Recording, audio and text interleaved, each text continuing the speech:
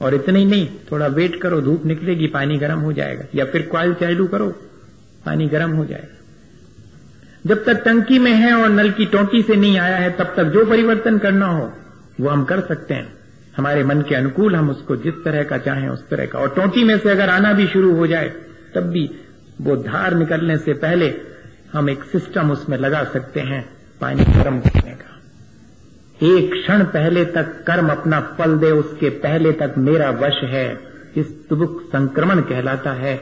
उदय में आने के एक समय पहले मैं उसका इंतजाम कर सकता हूं और उसके रस को बदल सकता हूं, उसके स्वाद को चेंज करके उसका फल ले सकता हूं। इतना मेरा वश है कर्म पर। ये बात मेरे समझ में आनी चाहिए।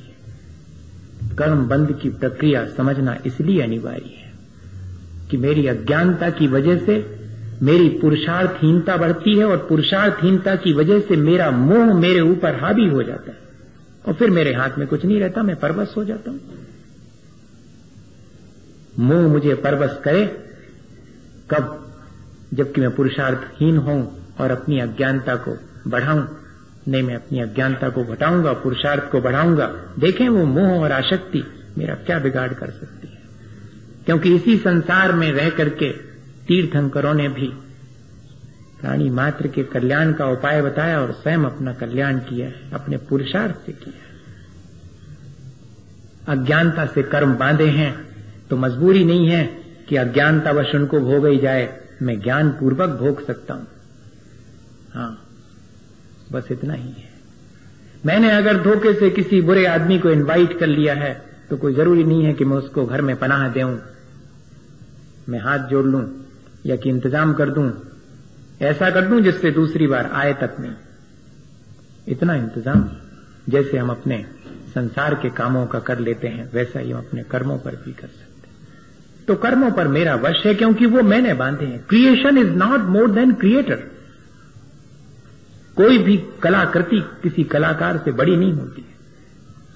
कर्म मेरी कृति है, कर्म मेरा स्वामी नहीं है, वो मेरे बनाए गए हैं, मेरे हाथ का मैल है वो कर्म। मैंने अपने वाणी, मैंने अपने मन और मैंने अपने शरीर की चेष्टाओं से उन्हें आमंत्रण दिया है, और मेरी अपनी फीलिंग्स, मेरे अपने थॉट्स, जिसकी वजह से उनको मैंने शक्तिशाली बना दिया है, मैं अपने थॉट्स और फीलिंग को चेंज करके उनकी शक्ति को डिस्ट्रॉय कर सकता हूं, उनकी शक्ति को कमजोर बना सकता हूं। मैं अपने मन, वचन और शरीर को जरा व्यवस्थित करके उनके आने के द्वार को रोक सकता हूं। मैं इतना कर सकता हूं। ये बात हमारे समझ में आनी चाहिए। कर्म बंध की प्रक्रिया हमने समझी, लेकिन कर्मों को काटने पर हमारा वश है। कितनी चीजों पर वश है?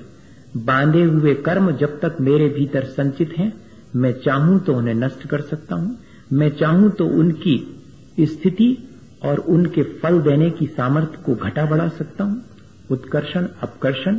मैं चाहूं तो उनका स्वाद बदल सकता हूं, संक्रमित कर सकता हूं। मैं चाहूं तो उन्हें समय से पहले लाकर के नष्ट कर सकता हूं, उदीर्णा करवा सकता हूं।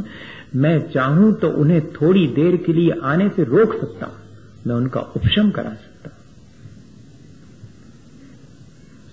ये सारी चीजें मेरे अपने हाथ में है। बस इतनी ही मजबूरी है मेरी कि मेरे अपने परिणामों की कमजोरी से, मेरी अपनी अज्ञानता से कुछ कर्मों को मैं ऐसा बांध लेता हूं जिन पर मेरा वश नहीं चलता है, जिनको कि जैसा बांधा है वैसा ही मुझे भोगना पड़ता है। वो सिर्फ 5% हैं और उनका इंतजाम भी है।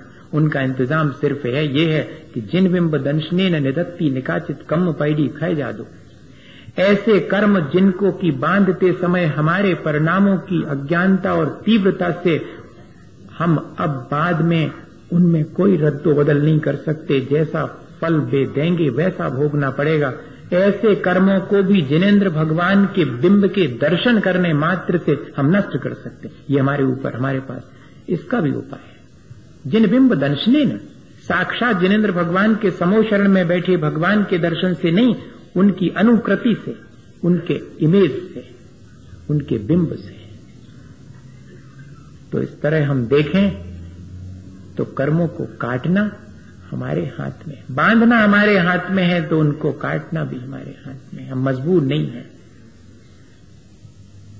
एक बहुत बड़ा कलाकार था, जंजीरें बनाता था और उसकी जंजीर पर वो अपनी आखिरी में एक सील लगा देता था कि ये जंजीर, ये मार्का है, इस जंजीर को कोई तोड़ नहीं सकता। और वाकई में दूर दूर तक इस बात की प्रसिद्धि थी कि उसकी बनाई जंजीर कोई नहीं तोड़ सकता। और उसके भीतर भी ये भाव बैठ गया, बहुत गहरे बैठ गया कि मेरी बनाई जंजीर कोई नहीं तोड़ सकता। और एक दिन ऐसा हुआ कि किसी अपराध में उस कलाकार को कैद कर लिया गया और जंजीर पहना दी गई। और जब उसे जंजीरें पहनाई जा रही थी तो उसको कोई भय नहीं था, बहुत खुश था, क्योंकि जितनी प्रसिद्धि उसकी बनाई हुई जंजीर की थी उतनी ही प्रसिद्धि उसकी इस बात की भी थी कि कोई भी जंजीर ऐसी नहीं है दुनिया की जिसे वो तोड़ ना सके। बस उसकी बनाई हुई जंजीर को कोई नहीं तोड़ सकता, लेकिन दुनिया में किसी की बनाई हुई जंजीर को वो तो आसानी से तोड़ सकता। ये प्रसिद्धि थी, इसलिए वो बहुत मुस्कुरा रहा था जंजीरें बांधते समय कि एक झटका देना है, क्योंकि आज तक कोई जंजीर नहीं बनी जो कि मैं न तोड़ सकूं। ये उसको विश्वास था। लेकिन मेरी बनाई हुई जंजीर कोई नहीं तोड़ सकता, ये भी था उसको। एक साधु उसे जंजीरों में जकड़े लेकिन प्रसन्न रास्ते से गुजरते देख करके जरा मुश्किल में पड़े। आदमी लगता है पहुंचा हुआ, क्योंकि जंजीरों से जकड़े होने के बाद तो चेहरे पर म्लानता होनी चाहिए थी, प्रसन्नता का कोई कारण नजर नहीं आता, कुछ ना कुछ बात है भीतर। और जब वो कटघरे के भीतर खड़ा हो गया तो बाहर से साधु ने कहा कि तुम्हारे मुस्कुराने का कारण क्या है? तो उसने कहा, सुनो, कोई भी जंजीर आज तक ऐसी नहीं बंधी जिसे मैं तोड़ ना सकूं, इसलिए ये जंजीरें तो बस इनको हटने दो जरा, फिर मैं तोड़ दूंगा, इसलिए मैं मुस्कुरा रहा हूं। लेकिन अगले क्षण 5 मिनट ही हुए होंगे और सुबक सुबक के उसके रोने की आवाज सुनाई पड़ी। बाबा ने फिर से मुड़ के देखा, क्या हुआ? अभी तो उसने कुछ भी पुरुषार्थ शुरू नहीं किया कि जंजीर तोड़ना शुरू की हो और नहीं टूट रही हो इसलिए रो रहा है, कुछ भी नहीं शुरू किया। तो क्या हुआ आखिर, रोने का कारण क्या है? उसने कहा कि अब तो मेरे जीवन का अंत इसी कारागार में हो जाएगा, मुझे मरने को यहीं मजबूर होना पड़ेगा। अरे बताओ तो क्या कारण? इस जंजीर में तो मेरा मार्का लगा हुआ है और मेरे मार्के की जंजीर की तो ये प्रसिद्धि है कि उसे कोई नहीं तोड़ सकता। अब उसकी इस अज्ञानता पर साधु को हंसी आ रही है और हम सबको भी हंसी आएगी। तब साधु ने उसे क्या दिलासा दिलाई कि दुनिया भले ही ना तोड़ सके तुम्हारे मार्के वाली, लेकिन तुम तो तोड़ सकते हो। अरे ये तो मैंने ध्यान ही नहीं दिया, मैं दुनिया भर की जंजीरें तोड़ सकता हूं लेकिन अपनी बनाई जंजीर कोई नहीं तोड़ सकता। ये तो ठीक है, पर मैं तो अपनी बनाई जंजीर तोड़ सकता हूं। मैं अपने बांधे कर्मों को, मैं किसी और के, अपने परिचितों के, अपने बहुत प्यारी मां के भी बांधे गए कर्मों को नहीं काट सकता। ये ठीक है, लेकिन मेरे बांधे गए कर्मों को तो मैं काट सकता हूं। मेरी मां भी मेरे कर्मों को नहीं काट सकती, ये बिल्कुल ठीक है। ना मैं उसके कर्मों को काट सकता हूं, पर मेरे बंधे कर्मों को मैं काट सकता हूं। ये बात, ये विश्वास हमारे पास में होना चाहिए। ये चीज हमारे हाथ में है। तो भैया आज अपन ने एक बहुत बड़ी बात सीख ली। कर्म हम बांधते हैं, उसमें जितनों की भागीदारी है उसमें से 2 पर मेरा वश है। और वो दोनों अगर मैं जागृत कर लूं, अपने पुरुषार्थ को जागृत कर लूं और कर्म बंध की प्रक्रिया को ठीक ठीक जान लूं, बांधना है उनको कब कैसे नष्ट कर देना है, ये पुरुषार्थ मेरे भीतर जागृत हो सके, ये मेरे हाथ में है। मेरे जीवन का निर्माण मेरे हाथ में है।